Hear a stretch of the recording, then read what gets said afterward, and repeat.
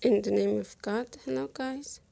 In this video I want to explain cell formation for you.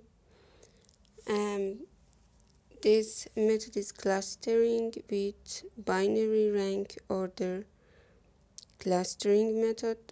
The first step is drawing the part and machine matrix.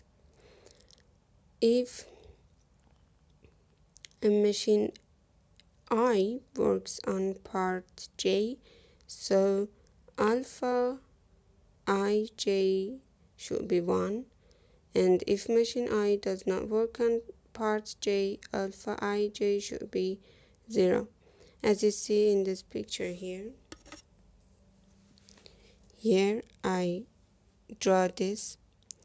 If alpha 1 is 1, means that machine 1 works on part 1, or part 1 needs to be made by machine 1 in one of the process of making it. And also for others, for example, we have 1 here, which means machine 1 works on part 2, and we have 0 here, which means machine 2 does not work on part 2, and other things. But the first thing we do for clustering is allocating these numbers, these power of 2, to all columns with this order. This is the biggest power, and then it comes to 0. And when we did that, we have to calculate for each row the sum of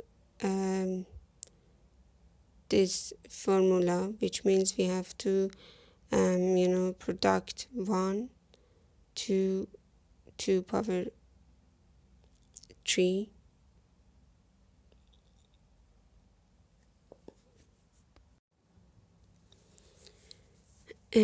As I was saying, we have to calculate the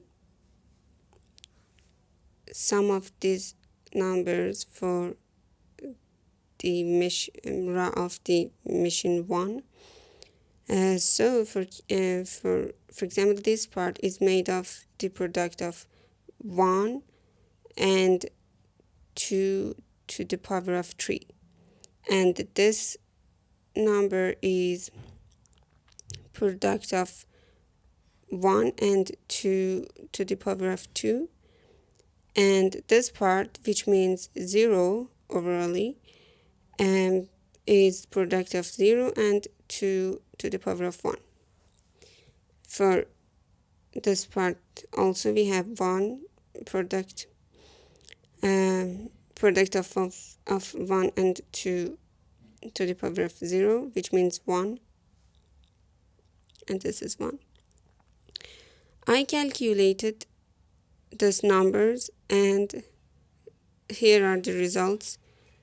The greatest one is 13, and then 5, and then 3, so 13 is for machine 1, and then we have 5 for machine 2,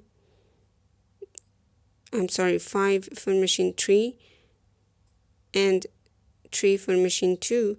So the first order is machine 1, machine 2, machine 3, but we have to reorder it, and the first is machine 1, the second is machine 3, and the third is machine 2.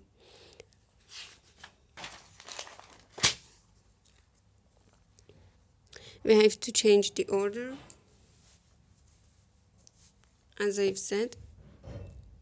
So we have this order here. We just we just want to get, for example, this.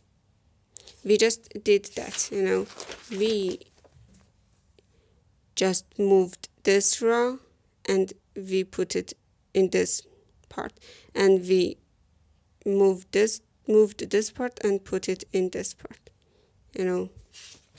That's what we did. This row, I mean, we changed the rows. Actually, we exchanged these two rows. Um, and the next step is we should allocate 2 to the power of x for, for rows. Here we have 2 to the power of 2, 2 to the power of 1, 2 to the power of 0 here, and then we have to calculate for each column. For each column we have to calculate the summation of all these numbers. This number is made of 1, a product of 1 and 2 to the power of 2, as we have here. We have 0, product of 0 and 2 to the power of 1, and actually we can um, we can write this, or we can don't write it. It's okay, because it means 0 and it means 0 and it's just 4.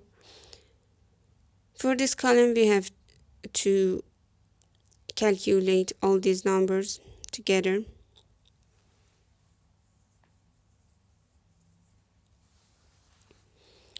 And for part 3, for this column we have to calculate this. It's like this. We have to first we have to calculate the production of this number and this number, and then we have to sum all these numbers we have here too. So the results 7164. We have to reorder them. This is the right order, and so 7 was for part 4, 6 was for part 2, and 4 was for part 1, 1 was for part 3. It's the new order, so we reordered it. This is the final matrix. We clustered it, and this is our one of the clusters. This one and this one couldn't join any cluster actually, and this is this part, or maybe we can say this part is one of the clusters, but it's just one um, one number, so it can't be clustered too. It doesn't matter, but I'll show you in some pictures that they were clusters, and it was too simple, too simple metrics just for simple calculations I wanted to explain.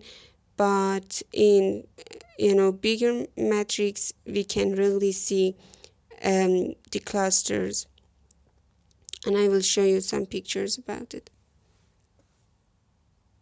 As you can see in here, in this example, we have 3 clusters.